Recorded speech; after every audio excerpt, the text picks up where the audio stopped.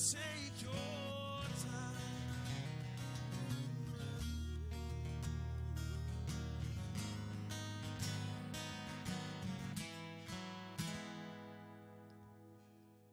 Thank you guys very much. I appreciate it.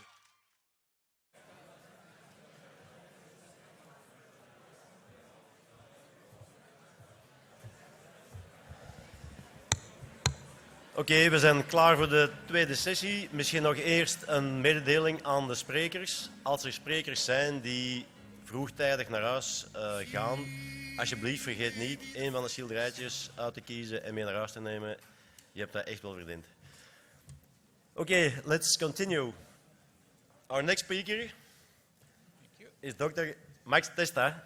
Max, we know Max since 2 years, and that's what the reason was. One of his best riders, our compatriot, Greg van Avermaat, at the crash in the Tour of Flanders. I think it was the Tour of Flanders.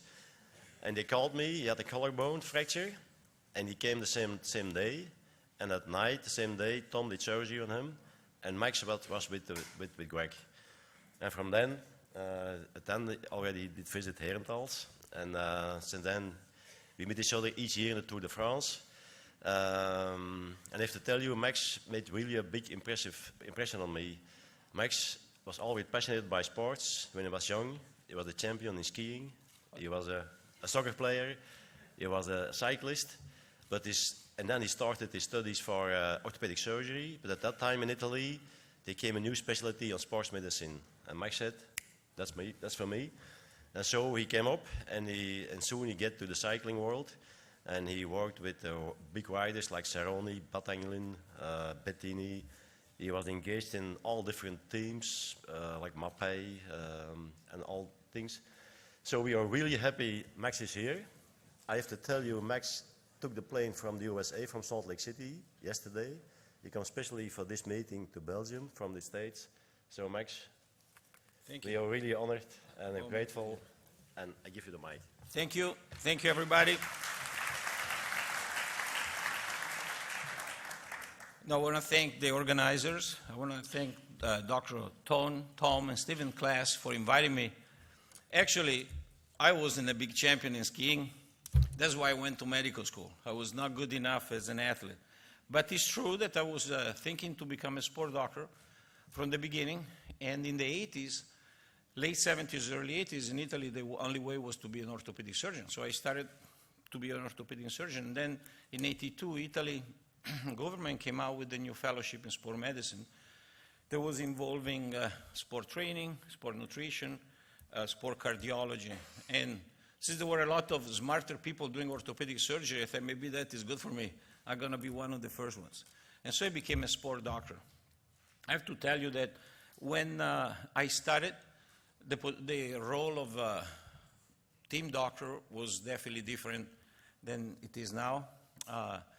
I came to cycling because I love cycling. I did my dissertation on a physiological profile of professional athletes. That was in 1981. And so I had the grant from the luxury to test the 96 Italian pros for 2 years. 3 times a year they were coming to the hospital where I was going to medical school to study the risk to be a professional cycling. They did the same for soccer, for basketball, for other sport, because in 82 they came out with the law. There was a Protection of the Sport Activity Act. That was the name of the law. And the reason was to prevent mainly sudden cardiac death or long-term issue coming from sport. We all know the sport is very good for you, but we don't know how good it is for health when you play to the extreme like a professional athlete. By the way, I apologize for my Flemish. Next time I'll be ready to speak in Flemish. And so I went into sport medicine. And because I was working with this pro team, I started to, like Dr. Klaas was saying, to do some work with some of the teams in those years. Gis Gelati, Inoxbrand. And I met athletes and I became really passionate. But at that time, the role of the doctor was different. First of all, till 1982, at the best I know, most of the doctors were coming from different reasons to the sport of cycling. Some were just a family doctor of the team captain. And so they were taking the doctor to the big races. Sometimes the rider were going to see a doctor at home, and so these doctors that were involved with the team were going to the big races or the stage races. There was not really a profile for a sport doctor. Primary care sport medicine, that is what I do, and a lot of the sport doctors now do with working with teams, not only cycling, is I say, we're not good at anything, but we know a little of everything. Because what you have really to do is to cover the comprehensive request of a professional sport that is changing. So, as I said at the beginning, the presence was just occasional. They call you, hey, can you come to this race? Maybe 3 days, the first 3 days of a stage race. Sure. And you go there, you bring your medical suitcase.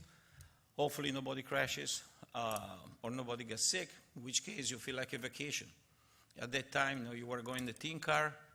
Now it's very much harder to go in the team car, to get sponsored, and most of the team have 2 or 3 sport directors in the race. And so, you were just there watching the race. Everything was good, no problem. The team structure was really simple, and I show a slide later, but, there were the riders, maybe 1 doctor, 2 doctors, a few soigneurs, a few mechanics. In my team, when I started, was a manager that was also driving the first car and a sport director. And there was very little turnover. So every races, you had the same, like a family. Everybody was pretty much there every race. Now, as we see, it's going to be more complex. When I started, for us in Italy, the races started in February, some race in France, and with Tour of Lombardy, end of September, early October. Now, the calendar started in January, Tour Down Under. You're still racing in China, in Japan Cup in November. So, it's much, the demands are more. And the calendar is international. So before, I was traveling Italy, Belgium, France, and Spain mainly. Now you travel all over the world, so different. And as I said, the structure became more complex. Oops, pushing the wrong way. Yeah. So as I said, in 1980s, the structure was really simple. Maybe you have 20, 25 people to support the riders. So everybody knew everybody. And you were seeing most of the people through the year. So communication would actually happen. You didn't have to have an assistant to communicate. You just talk to people at the races. Now the professional Pro Tour or World Tour team structure is much more complex. 50, 70, 80 staff members. Sometimes you see them at the camp in December, and you don't see some of those till the tour or maybe at the end of the season. So we need to implement a communication system because data management and data exchange is very important to the performance of a team. As you can see, big change, pretty much 3 times the size of a team in the last 30 years. So these are a few pictures to show that. On top is my first team as a team doctor at the big tour. That was 7/11, 1985. That is the arena in Verona, Italy. And pretty much, you see 2 sport directors and one of the sponsors on top. And underneath is the first Tour de France we did, 1986. That is all the staff around those doctors. I'm the good-looking guy on the right. And then you got 2 sport directors, 2 mechanics, and 2 soigneurs. There were female soigneurs. We were the first team to have female soigneurs. At the beginning, it was a big deal. And, we started in those years. Doctors were also involved in the training and testing. So we're testing, that's Maximilian Chandri at the training camp. And we didn't know much of what we're doing, but we're just doing things. And then by making mistakes, you learn, I mentioned the calendar, much longer. And now it's not only in Europe. You go all over the world. And there is also more stress on the staff and on the riders, because longer calendars, we need to have a turnover, but not necessarily is possible to have a big turnover like you can do in soccer on the NBA. Some of the promoters, they want the big names pretty much all the time. And so, you're kind of under pressure, team and riders. Plus, because international, they're more problematic related to traveling, biorhythm, jet lag. And also, we start to see people that come back from races in exotic countries with some parasitic disease. So parasites that we never saw before. So we need to learn a little bit about travel medicine and sleep medicine, because sleep is a big deal. You know, it's about sleep, about recovery also. So now the responsibility from being pretty much an invited doctor at the race, watching the race, and do stuff only if there was a problem. Now you have a all year long list of responsibilities. I mentioned a few, and I'm going to go over a couple of these. Management of the medical file of the insurance claims. That's the part I hate, particularly the insurance claims. It's a lot of paperwork, because now you have to keep documented everything you do with the riders. There are more obligations, and so, you know, it's not that you go at the race, you write some note, and maybe you keep those notes at home with you for next time. If you have a problem with the rider, you want to make sure that it doesn't come back. So all you were doing, you are documenting things for yourself. Now you have to document for the team, for the governing bodies, the WADA, the UCI, sometimes the National Federation, and for the law. Because if something happens, there is a legal aspect. You know, you have to be prepared and keep the documentation for everything. Just to give you an idea, I keep the medical file. I work in an hospital in the United States, so we keep the medical file there. And I have a person, full-time, all she does, she keeps the medical file up to date. So as I show you later, we're more than one doctor. When there is a problem, a copy goes to the hospital in Utah, and we file it into the medical file. So it's a lot of work, a lot of paperwork. And then you got the insurance claim. When you have a rider that crash, and you have to cover the insurance demands and for reimbursement, or sometimes riders have their own insurance, it's much more work than what it looks like. So unfortunately, not every doctor is so easy like Dr. Klaas. Dr. Ton Klaas told exactly the truth. Tour de Flanders 2 years ago, Greg crashed, he broke the clavicle. I'm at the ER with him, and I called Dr. Klaas' phone. I leave a message, hey, Greg broke his collarbone, I think we need to fix it. When can you do it soon? He calls me at 8 p.m., same day. I just dropped Greg at home, and say, hey, want to do surgery tonight? Tonight? Yeah, it was 8 in the evening of the Sunday Tour de France. Yeah, midnight at the hospital. So I called Greg, hey, don't eat dinner. I pick you up, we go to have surgery. And Greg is very disciplined. So, okay, let's do it sooner better than later. And so Dr. Tom Klaas at midnight was there fixing the clavicle. So these people really love the sport, and they do the extra step to help us. So then the pre-participation evaluation. Pre-participation means screening the athlete for potential medical condition that can increase the risk of death, but not necessarily death, long-term consequences from practicing the sport. I work now for 20 years in the United States. United States, for example, they don't do pre-participation. They think it's a waste of money and energy. They think that, for example, sudden cardiac death is not worth it to prevent, because if it happens, it happens. And America is very expensive. In the medical field, everything is expensive. So, for example, for the U.S. Cycling Federation, they have to do 0 for U.S. riders.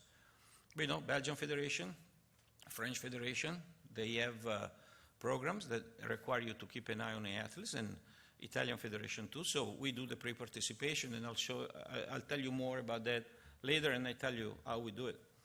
Then we have to do the health monitoring. The so-called suivi medical is a bunch of blood tests and ECG and other controls that we do since 1996. Dr. Van Mol was there because we were proponent of shifting a little bit the focus into prevention.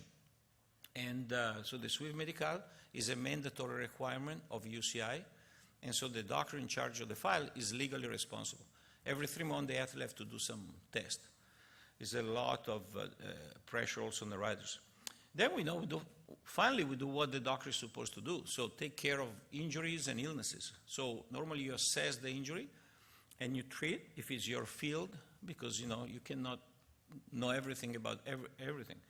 And so often the sport doctor, what does is finding referrals, external referrals. In fact, I think that the best quality for a sport doctor is to have a good network, someone you can call and they can address the problem of the riders. So the best shoulder guy, the best knee guy, or the best infectious disease guy. And so that's what we do. And then you have to follow this referral till the problem is solved. Then you have to establish and to follow through what we call a concussion program. Concussion is a big deal. It's much more prevalent than what we thought for a long time. Many times, I remember in the 80s, a rider was crashing. How you feel? Feel good. Wait a minute. The rider actually want to start right away because the peloton is moving. Cycling is unique in that, you cannot keep a rider on the sideline like they do in the United States with football or other sport. You can't, nobody's waiting for you. And so you have to make a quick decision. Unfortunately, I witnessed a bad case of that at Tour of Sicily in 84 or 85, I don't remember. An Italian sprinter died after the finish line. He had a crash in the race, didn't feel that bad. He finished the race and passed away after the finish line. He got the free interval between the concussion and the brain bleed symptoms, and he died eventually, Ravasi. And so now we have a concussion protocol that is much stricter. Riders are taken out of the race if there is any little, and we have a protocol to establish that, concern about the concussion. Concussion has more consequences than what we thought, especially if you repeat it, if it goes underdiagnosed. So we established that. Actually, we use a company from Belgium, and Koshine, and they have a program called My Mind Works. And so we do testing early in the season to have a baseline neurocognitive balance testing, vision testing. And then when the rider has a concussion, they can actually do their retest online. And then if there is a need, we send them to see the specialist. We have to monitor the athlete biological passport. I'm going to talk about that. Sorry. Back here. Yep. And then, communication, as I said. Now every team has departments. We have a medical department, we have a performance department, there is a management department. And so you have to communicate. And, we are, I think, pretty good organized like most of the teams. I'll show you how we do it. But, pretty much we communicate. We have a conference call every Tuesday morning. The head doctor is on that call. The head performance guy is on that call. All the sport director, the travel person, the media person, the management. And we make the plan. We go over what happened the week before at the races. And we decide if you need to change anything with the upcoming races based on the performance and the health of the riders. So that we have a weekly communication with the riders, sometimes more than once a week, when things go well. When the rider is sick or injured, contact has to be daily with the rider, and we have to document that. Then education and doping prevention. So everything starts right there. We try to educate the rider the best we can about their health, how to stay healthy, how to prevent illnesses when they travel or when they're at home and they have little kids. And so we go through all those at the training camp, education in managing minor illnesses and injuries when they're at home, and also risk of doping, not only health issue but also legal issues. So we have a zero tolerance policy. So riders are not authorized to take any medication without informing the team doctor. They go to see their doctor, great. They're free to be treated where they want. And then the doctor takes over and communicates with the doctor and make the final decision. And then there is the area of nutrition and supplementation. At the beginning, with Dr. Van Mol, we worked together at Mapei. The doctor was going to the hotel, was making the menu, going to the kitchen, talk to the chef, make the menu. Now we have a nutritionist, they send the menu in advance. We have chefs that prepare the cooking, and sport nutritionists, kind of take over. But some of the areas kind of overlap, especially in prevention. I heard a couple words in Flemish, osteopenia, and that is a big thing now in professional cycling, and is a combination of multiple factors, and one being energy deficit, the other one the fact that you don't have much acceleration on gravitational acceleration on the bike. So the bone, but that is a program we try to monitor internally, doing the DEXA scan and see the riders at risk or not. But this mainly now we kind of have the sport nutrition running that. Pre-participation evaluation. So we do this, I said at the bottom, only at the winter training camp. That's the only time we have all the staff together, all the riders.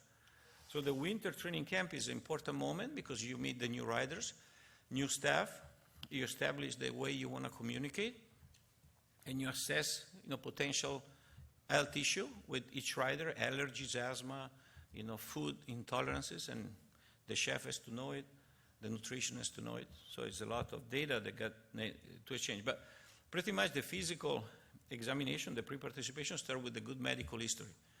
These are riders already in their 20s, been practicing high-level cycling for at least 15 years. These are start young, so they have a history of injuries, allergies, illnesses. If you look well into that, you already know 80% of this rider.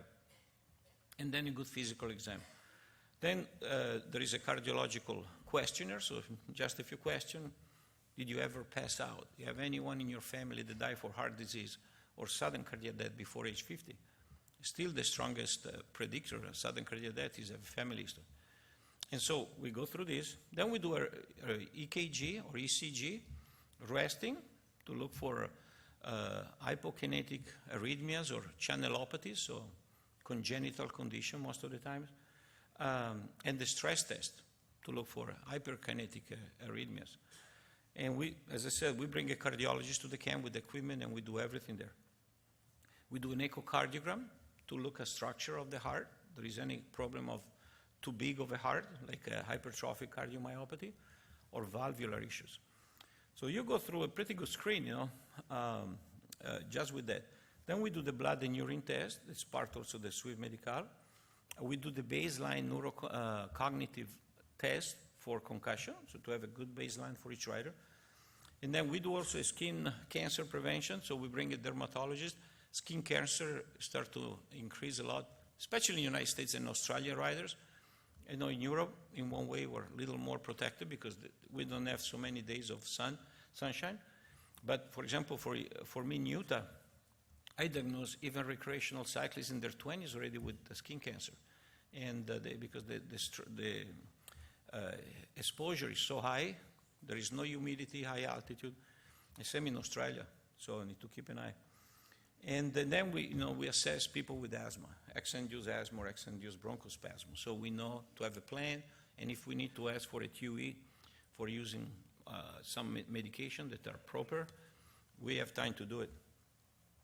These are some pictures, doing some tests, we're checking blood pressure and ECG during exercise. We do in a hotel room. It's nothing fancy. And we have a cardiologist coming over and supervising.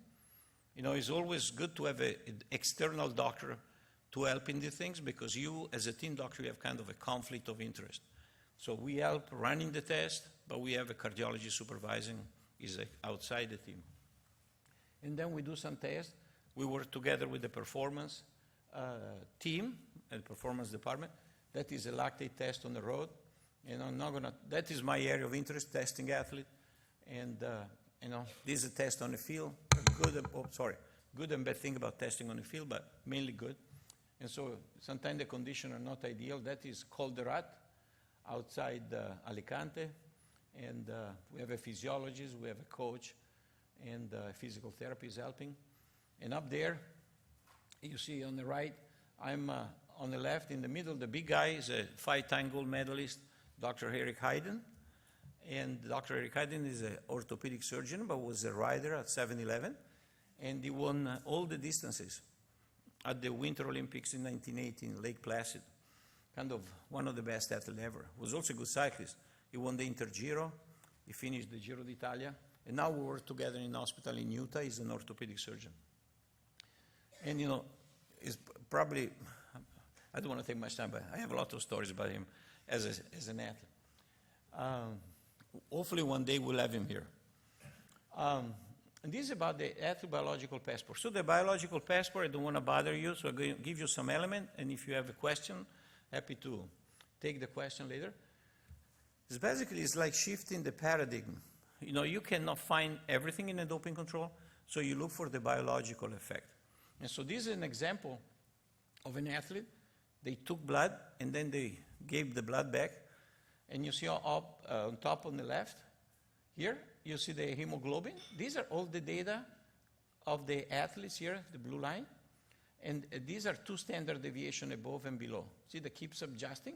But the more data you have, you see that then you have a good range of what is normal for that athlete within 2 standard deviations. That means they cover almost 99% of the possibility to be right. Can be wrong, so you can have a false positive biological pass, but the percentage is, is small, and you can eventually look into that. But you can see that when the athlete is giving blood away, the hemoglobin goes down, actually goes below his normal low, and then when they put the blood back, boom, goes up above his normal height. So you see there's something happen here. And to enhance that number, we use a parameter called the off score. Is a kind of a formula using reticulocytes, that are the new red cells, and the percentage, and the hemoglobin, and you can see, you can amplify. So this here is just going down a little below his normal, a little above his normal. You see the spikes are much clearer. So if you see something like this, you have to look into. And these are the reticulocytes. When you give blood, your body needs more red cells, produces more young cells. And so these normally are 0.5, 1.5% of your red cells. They can go up much higher, like in this case above 2.5%, almost 3-4 times, 5 times more than normal. And then when you put the blood back, the body say, oh, wow, got too much hemoglobin, let's stop producing it. And so reticulocyte drop. So we do that not just for blood parameters to prevent blood doping or use of blood stimulators, but we do also with hormonal profile.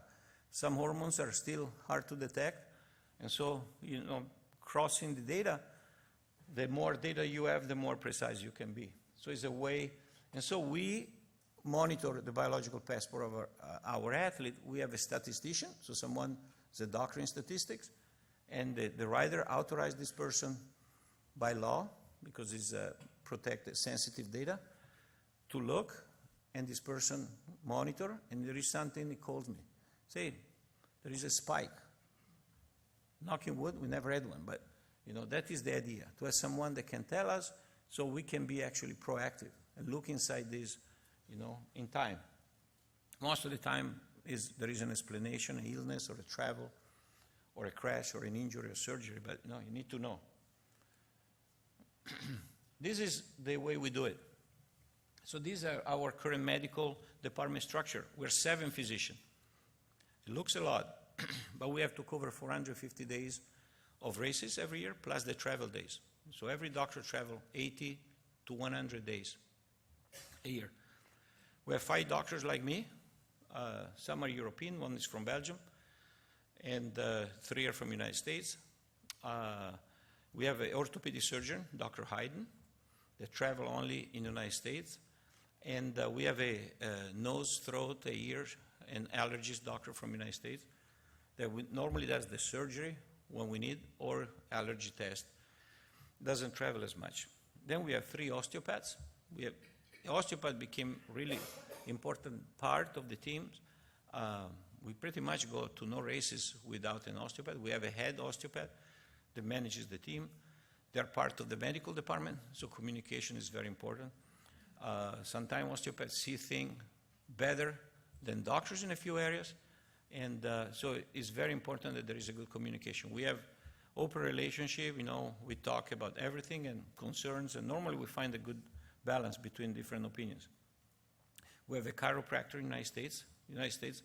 Chiropractor is not exactly like an osteopath, but is the closest thing you have in the United States to osteopath. Then we have 6 physical therapists, and this is fundamental because, if you have a good physical therapist, it covers probably 80%, 90% of the issue that are related to injury, especially overuse injuries. And then you need to have good surgeons when physical therapy is not enough. And then we have 10 massage therapists.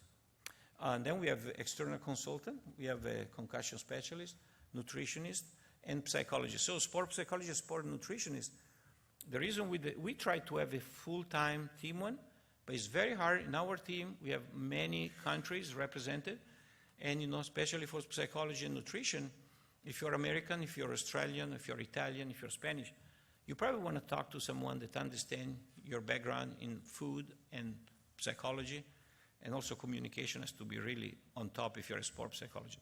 So we have some, couple for the American speaking, the English speaking, and one for the Italian speaking. So I got a lot of external consultant. This is some of the things we do. The head doctor is in charge of the medical file and the SWIFT medical and the insurance claims. That is the part of the insurance claim I hate, but you have to do it. And as I said, it's mainly legal responsibility. In our team, every doctor got assigned 4 or 5 riders at the camp. We decide based on where the riders live, or they already know the doctor. And so you talk to your riders at least once a week and document everything they tell you on the phone or a text. Everything goes in a medical file. And even when they're fine, just to know that they're doing fine. I think UCI is requiring now this. And then, we try to assess any emerging issues that come out, and then we need to follow up on that. Because, I feel a little sick. Okay, talk to you in a few days. No, I want to make sure that he's taking the medication and went to see his family doctor if he needs that, or so on. And then, so this periodic contact is very important. And then, we have update from all the doctor to the head doctors, because the head doctor has to generate a document that goes every week to the management. This is very important for the sport directors, and I think that can make the difference. And by the way, in our team, most of these have been supervised by Alan Piper, that I see somewhere. He should be here. He's very structured a manager, and he wanted this to be put down the way it is now. Then one doctor, that is me, is in charge of the biological passport, in the sense that I talk to the statistician. And then the pre-participation, already talked about that at the camp. Race coverage. So we have a doctor and an osteopath at all the main races and training camps. Only the doctor can carry medication. Riders can carry only medication with a prescription from their doctor after approval, normally on the phone, from one of the team doctors.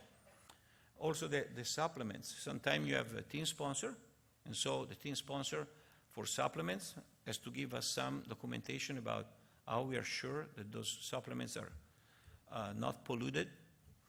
And if the rider want to use some other supplement, they have to get approved only if there is a good reason for it. They have problem with one of the supplement that we provide, doesn't work well on them. But we take the company, we send a letter to the company they want to use, and we ask for information, how they produce the product, which kind of criteria they have, third-party control, random control on their products, or whatever they implemented to make sure that there is, 20 to 25% of supplements in the United States can turn a test positive. In fact, now, an issue we have with that is that a lot of doping cases are, in good faith. Like riders take a supplement, they don't know exactly, because it's not written. Supplement doesn't have to tell exactly, at least in the United States, what is inside. And so everything has to be approved before. When we can, we go on car number 2. At least you are in the race, so you can witness. If there is a crash, you can be there quite quickly, especially if you have to make a decision, can the rider don't want to take the responsibility, which I agree 100%. And sometimes the race doctor doesn't have the time to look at everybody that is crashed. So they look at the one that is wounded on the ground, but you can have 2-3 guys that had a concussion and they're already riding their bikes. So if you're in a car, you know there is a crash, you go up with the second car, you talk to the rider, you ask a few basic questions, you know which race is this one. There is a breakaway. Where is going to be the finish? And if we have 7-8 questions, if they don't answer just one of these questions, they're out. We stop them. And sometimes the rider are mad to you, and I understand that from an athletic performance standpoint, but then I understand at the hotel you can explain why, and sometimes they realize that at the hotel they start to have a headache, they feel nauseated, they start to have symptoms. They didn't have that. Then, for sure, even we cannot be in the car because they got sponsors. We do start finish, and we go to the doping control. And but most of the work happens in the hotel, so it's not the ideal condition to do medical work, because but it is the best you can do. So you work at the hotel, and right now, in the stage races, we pretty much work 24 hours, 7 days a week, because we cannot even leave the hotel because they can come anytime for a control out of competition. At the tour last year at 4, midnight, 2 in the morning, 5 in the morning. Before there was a window, midnight to 6 o'clock, the rider could sleep with no worries. And sometimes I was going for a run, 5 in the morning. Now I can't because it happened, Paris-Nice, I was running at 5:30. And then I go back to the hotel, everybody was looking for me, there is a control.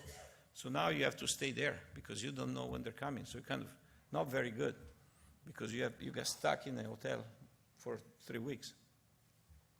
So that was my last slide. And I think there is a lot of things that we just touch and go. So thank you again and for having me this year. And if you have any question, happy to take the question. Thank you.